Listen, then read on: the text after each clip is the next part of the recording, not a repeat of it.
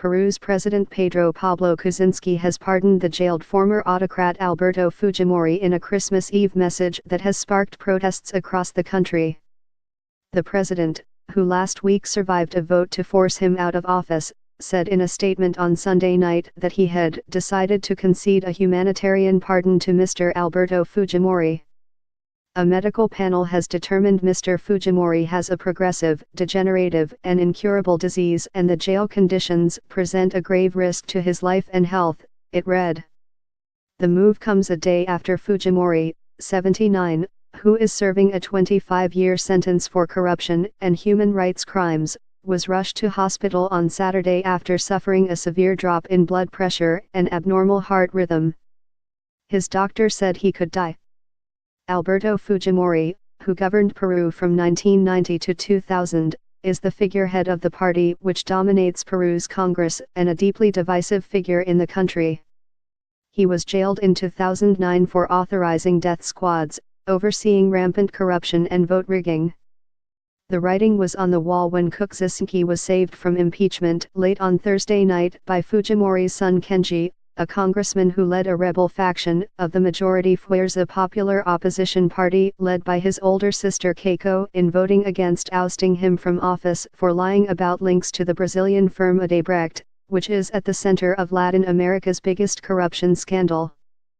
Kenji Fujimori thanked Kuczynski in a tweet for his noble and magnanimous gesture on behalf of the Fujimori family, adding, "We are eternally grateful to you." His sister, party leader Keiko Fujimori, tweeted, "It was a great day for my family and for Fujimorismo. Finally my father is free." She said it was a Christmas of joy and hope. Not so for Gisela Ortiz, the sister of one of the victims of a 1992 death squad massacre for which Fujimori was convicted, who said Kuczynski had robbed them of tranquility and right to justice when handing out this undeserved pardon to Fujimori. "We haven't had Christmas for 25 years, just painful absences. Carry that with you today," she tweeted. Pedro Catriano, a former prime minister, called it an act of treason to democracy and human rights, adding, "The pardon of the dictator is not a humanitarian act, it has been an infamous political pact." The news provoked mixed reactions on the night when Peruvians celebrate Christmas.